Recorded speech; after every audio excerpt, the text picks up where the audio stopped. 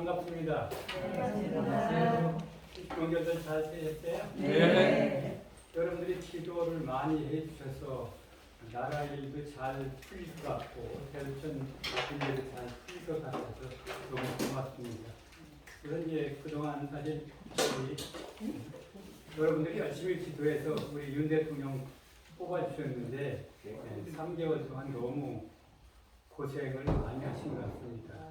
근데 사실 대통령을 인재를 잘 골라야 되는데 초기에는 그냥 아무것도 모르니까 인재를 잘 몰라 가지고 쓴 분들이 대통령에 쓴 분들이 뭐 300여 분이 넘는 것 같은데 그분들이 이제 적과 동지를 구분 못하는 사람들을 다 뽑았던 것 같아요.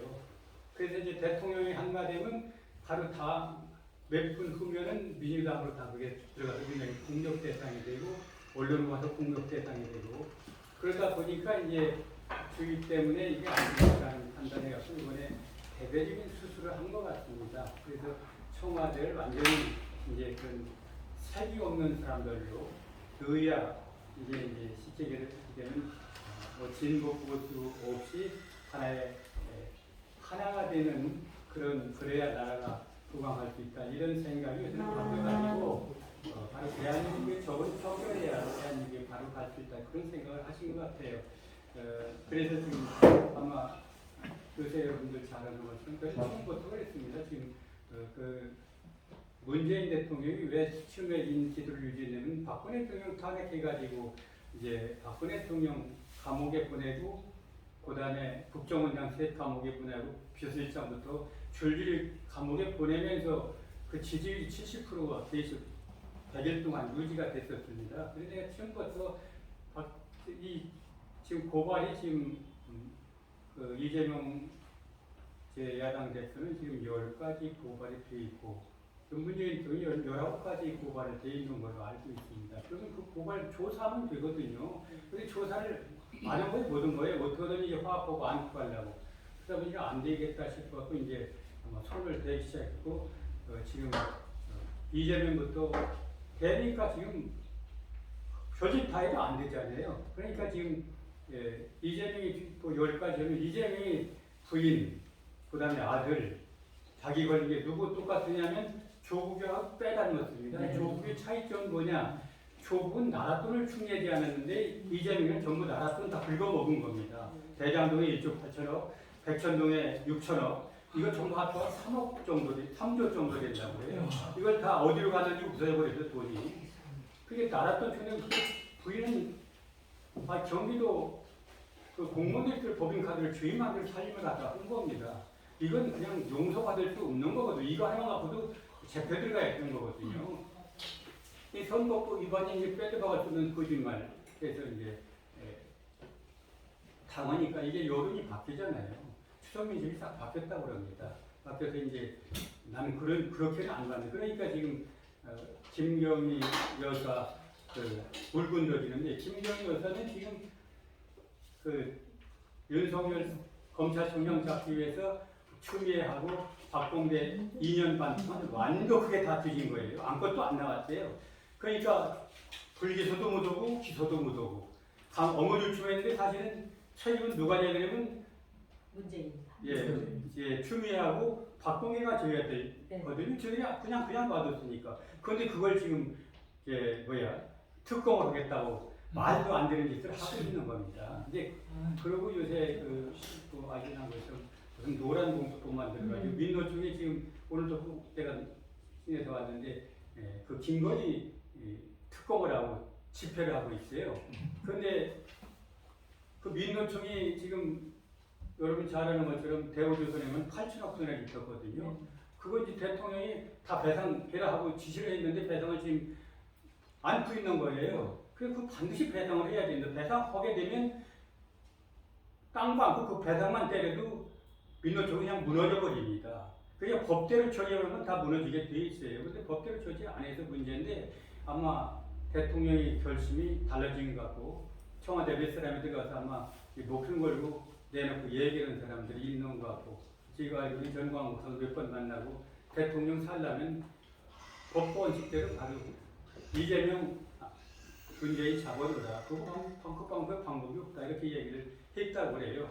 이제 그렇게 할지는 모르지만 또한 그래서 이제 이 주사파 척결 없이는 절대 대한민국은 하나가 될 수 없고 평화할 수 없다. 뭐 이런 그 거짓말 대통령께서 지금 인식하고 계신 것 같다. 얼마 전에 그 강영규 그 사회수석 만나고 저녁을 같이 먹었어요. 내가 이제 천주교 관계하고 있다. 이제 고용기관에서 얘기를 하니까 나보고 그래. 자기 이제 밑에 있는 사람들한테 이제 종교계 대표를 대통령이 초청하고 싶었는데 각계 대표될 사람들이 종교계 회의와라 그랬더니 천주교에서는 이용훈 주교하고 이제 김희중 주교를 올렸더래요. 그래서 자기가 이제 그 사람이 천주교는 잘 모르지만 그 사람들의 한 행적을 봐서는 이 사람들을 우리가 대표로 모시기는 안 되지 않느냐고 그랬더니 아유 그 사람들밖에 안 됩니다. 그 사람들이 그 밑에 있는 그 행정관들이 그러더라는 거 담당자가 그러더라는 거예요. 그래서 그러면서 나보고 그래서 자기가 그랬대요. 내가 생각하기에는 서울 교구장인 정우택 주교가 괜찮을 것 같은데 그렇게 얘기를 하니까 이 행정관들을 펄펄 뛰더라는 거예요. 나보고 묻더라고요. 그래서 내 생각은 어때요? 저또 동감입니다. 정순택 주교가 믿을 사람입니다. 천주교에서는 그렇게 말씀을 드렸습니다. 이런 정도로 지금 청와대가 밑에 처음에 막 휘둘렸던 것 같습니다. 이제 적과 동지적으로 휘둘리다가 이제는 바로 잡아야 되겠다는 대통령이가 굳건하게 되고 이제 지금 한동훈 법무장관이 이제 좀 죄를 졌으면 야당 대표 죄를 받아야 된다는 얘기를 한 게 바로 대통령 얘기가 아닌가 저는 그렇게 생각이 들어갑니다. 그래서 앞으로 잘 잡혀갈 것 같다 그런 생각이 들어요. 그리고 천주교 대두천 문제는 그 직무대행이 지난 월요일날 저한테 문자를 보냈어요. 우리가 지금까지 의결하고서 우리가 그럴 때가 아니고 우리는 대한민국 천주교 지키기위해서 이럴 수가 없지 않느냐 엉뚱한 생전 처음 넣는 그런 문자를 장문을 보내고 오늘 4시에 김장철을 하고 이제 그 직무대행 자기야 정무부시고 나하고 만나자 이렇게 연락이 왔어요. 근데 그러자 좋다. 나는 언제든지 환영했고 어떻게 천주교 정성화시키는데 대표님 역할을 하고 대표님 정성화되는 건 내가 처음부터 그렇게 하자고 했느냐 그렇게 생각으로 만나기로 했는데 어제 문자가 또 왔어요. 김장철이라는 분이 절대 안 만난다 본다. 그렇게 둘이 만나서 얘기해봐야 소용이 없다. 그래서 사실은 이제 지금 그 팀들이 두 개로 분리가 되어 있습니다. 지금 정무부 하는 그분들하고 또 한편은 이제 우리 대두촌을 계속 고발하고 있는 김장철하고 있던 그 한 패거리들 이렇게 한 패거리들이 분리가 되어 있는 것 같습니다.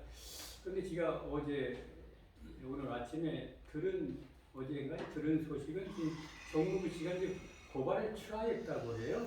근데 그건 제가 확인 아직 못 해봤습니다. 고발을 취하했으면 고등법원에 고발을 취하했으면 그것도 우리 대통령은 끝난 겁니다. 그러면 이제 대통령이 이제 고발이 끝났으면 이제 총회를 열어서 집행부를 구성해야 되거든요. 근데 집행부 구성에 또 문제가 있을 것 같아요. 사실 집행부 구성은 쉽게 얘기하면 이제 비상대책위원회를 만들어서 해야 되는데 비상대책위원회는 저쪽에 지금 김장철 그쪽 지분은 6%밖에 안 됩니다. 지지자들이 6%밖에 안 되는데 이쪽은 90%가 넘는데 같은 수로 하자고 할 거예요. 같은 수로 하면 이건 이제 내가 허락할 수가 없잖아요. 6% 지분하고 94% 지분하고 똑같은 저걸로 해서는 안 되니까 나는 그래서 이제 법원에 의탁을 해가지고 변호사가 와서 회칙에 따라서 정확하게 어떻게 법에 어그러지지 않게 바로 지금 3,000명이 아까지만 회비를 내는 회원은 한 400~500명밖에 안 됩니다. 이제 그분들의 그에 대해 쉽게 투표권을 가진 정회원들인데 그 사람들은 이제 어떻게 소집을 해서 어떻게 할 건가 이것을 이제 우리가 또 판단해서는 안 되니까 법원에 의뢰를 해가지고 변호사를 소집해서 변호사가 중간에서 아주 법 원칙에 따라서 해결할 수 있도록 그렇게 지금 생각은 그렇게 먹고 있습니다. 이제 그런 데서 전문적인 의견이 있으신 분은 저한테 주시면은 그 조언을 바탕으로 해서 앞으로 빨리 해결하도록 노력하겠습니다. 이게 다 지금 제가 말씀드린 여러분들이 그동안 기도 많이 했고 우리 신부님 끝까지 저희 지켜주시고 기도해 주셔서 이렇게 좋은 기회가 오른 것 같다 해서 오늘 기분 좋은 말씀을 드립니다. 감사합니다.